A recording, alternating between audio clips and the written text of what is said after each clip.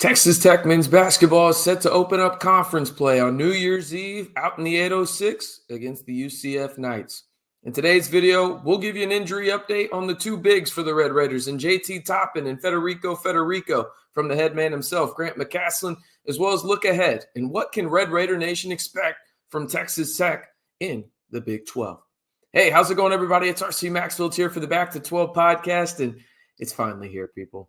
It is finally here. Big 12 play on the hardwood for your Red Raider men's basketball team is finally here. And if you want to stay in the know on all things Texas Tech men's basketball, 100% free all year long, this is the best place to do it. So all you got to do to join the Back to 12 squad today is simply like the video, hit that subscribe button, and turn on that notification bell. All right, let's just jump right into this in terms of, I know what y'all are here for. Y'all are here for the injury updates, right? And rightfully so. These are two big impact players for the Red Raiders, specifically in the front court, right? And Texas Tech, if we're being honest about it, kind of thin up in the front court. But Texas Tech men's basketball head coach Grant McCasland met with the local media earlier this week to discuss the UCF matchup, as well as discuss, hey, what's going on with JT Toppin? What's going on with Federiko? Now, JT Toppin, for those that don't know, has missed more time than Federiko. Federiko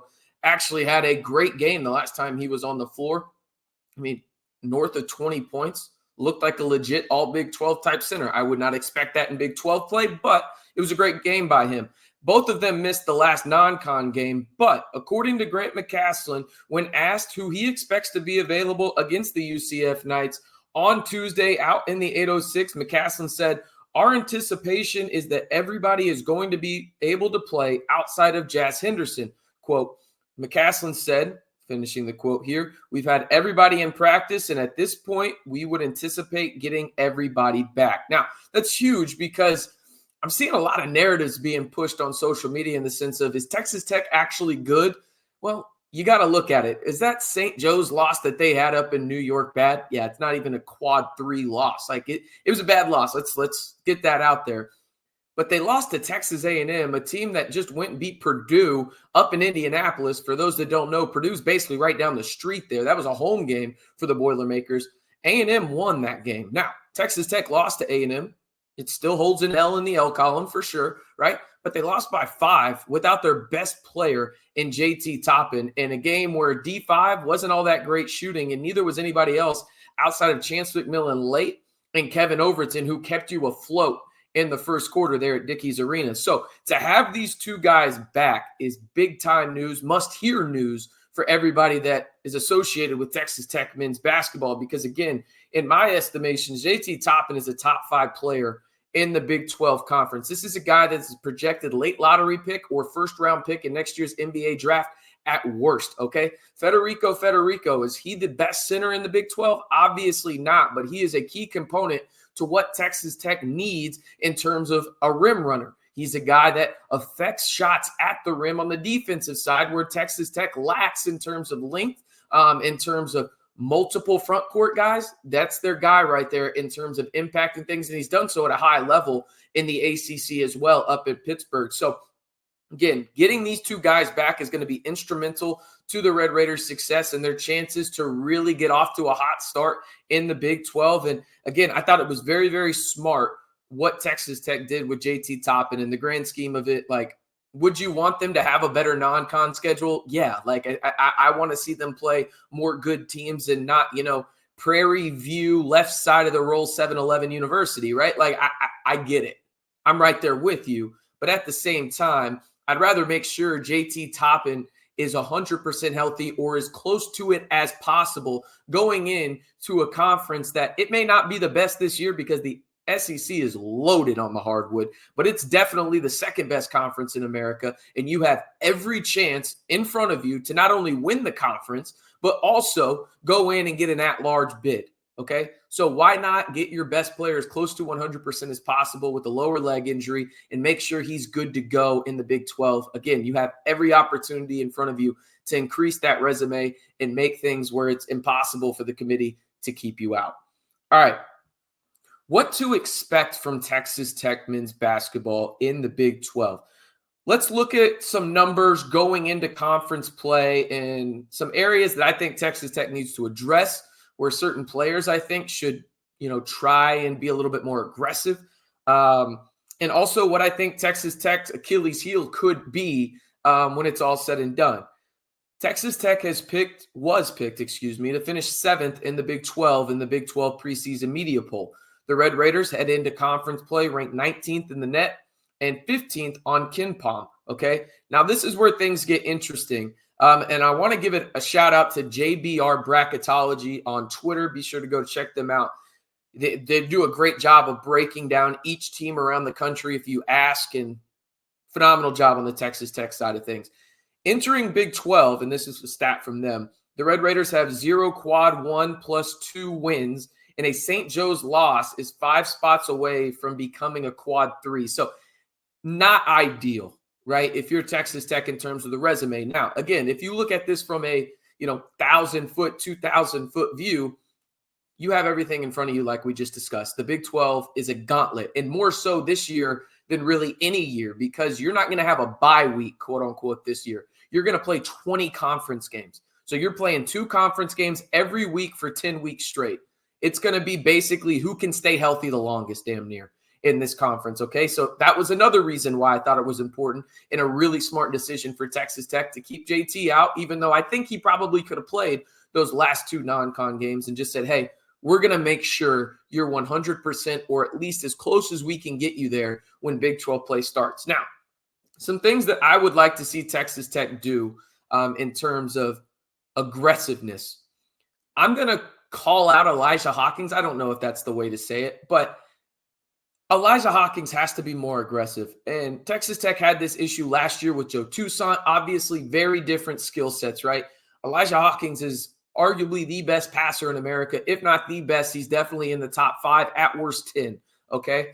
And he's a guy that off the dribble routinely gets to his spots in the lane, and I get it. He's a smaller guy, but he has good touch. He should be able to float the ball up there and really make some shots. I think teams realize once he gets to a spot in the middle of the floor, right, he's going to pass. In order for those passing lanes to continue to stay open, specifically in the Big 12, he's going to have to make defenses and opposing defenses respect his ability to shoot the basketball. And he's a pretty good shooter from 3. He shot 37.5% last year at Minnesota. He's got good touch. Like I said, I'm not asking him for, 20 points a night, but you have to make opposing defenses respect your ability to score the basketball, because you're seeing it in non-con. He was being aggressive passing the ball, and those passing lanes were shrinking, and that was against lower competition. He has to be a little bit more aggressive shooting the ball in order for those passing lanes to stay open, and I think that will help the Texas Tech offense more long-term.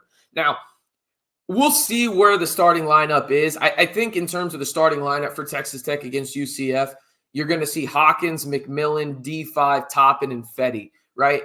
But if you don't, and it's Kerwin Walton potentially in the starting lineup, I think you have to start Kevin Overton over him. And the reason being is this: your perimeter defense is a concern. Like, simple and plain, it's a concern. You're playing a smaller guard in the aforementioned Elijah Hawkins. Christian Anderson's a true freshman who, by the way, is an absolute hooper, but he's a true freshman, okay? It is what it is at that point, right? You've got Chance McMillan, who's a solid defender, but I would not say that's the strong point of his game. Your best perimeter defender is clearly Kevin Overton. And now that's not the only thing he's bringing to the table. He's a good shooter as well. He shoots north of 45% from the corners, and he can beat you off the dribble and do multiple things on the offensive end, including be a primary ball handler. But defensively, he's clear-cut your best perimeter defender in terms of the traditional guard sense, right? So I think you got to play him more. Now, that's not saying that Kerwin Walton can go just sit and rot on the bench. No, Kerwin Walton should be in the rotation. But Kerwin Walton, from a defensive standpoint, doesn't bring as much to the table as KO. I would like to see KO play a little bit more and actually be the starter if they do go that route. Now, I'm not saying they will. I would expect, again, Elijah Hawkins, Chance McMillan, D5. Then you've got Toppin, and then Fede. That would be your starting 5, at least in my estimation, on a good night for the Red Raiders. But I think KO should be playing more than Kerwin Walton. I think Kerwin Walton, from an offensive perspective, he's just got to be more aggressive, man. It feels like he has not been aggressive whatsoever on catch and shoot opportunities, really outside of I don't know, like 2 games in non-con. He's got to be more hyper aggressive because his best trait when he is on the basketball floor is he catches the ball and shoots it right away if he has any kind of space. We're talking about arguably the best shooter in general in college basketball, not just the Big 12, but in all of college basketball. Kerwin Walton is that good. Now, overall, in my opinion, going into the Big 12, it's hard to judge Texas Tech because the non-con was just bad. It's probably too nice. I mean, it was way worse than bad, but that was the first word that came to mind. And also, again, you were missing JT Toppin for a little less than a majority of non-con. And the best game you had in terms of on paper was against Texas A&M from a metric standpoint and what the committee will view as a good game, right? And you lost by 5 without JT Toppin, okay?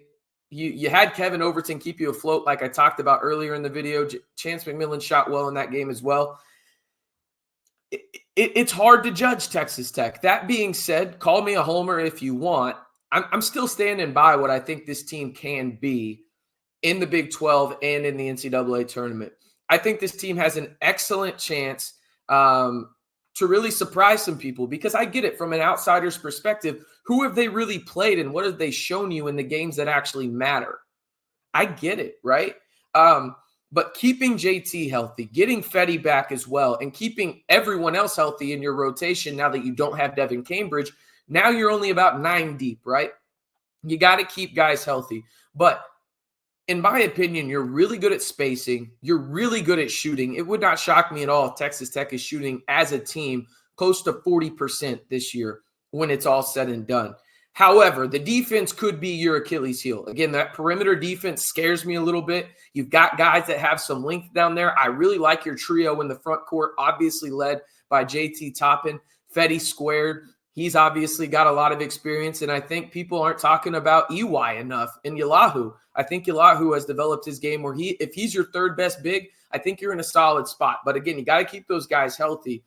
I just think guarding the three-point line in your perimeter defense could be your Achilles heel, and it feels like we've talked about that for the past 5-6 years being a potential Achilles heel. It's just this year you don't have as much length on the perimeter from a defensive perspective, okay?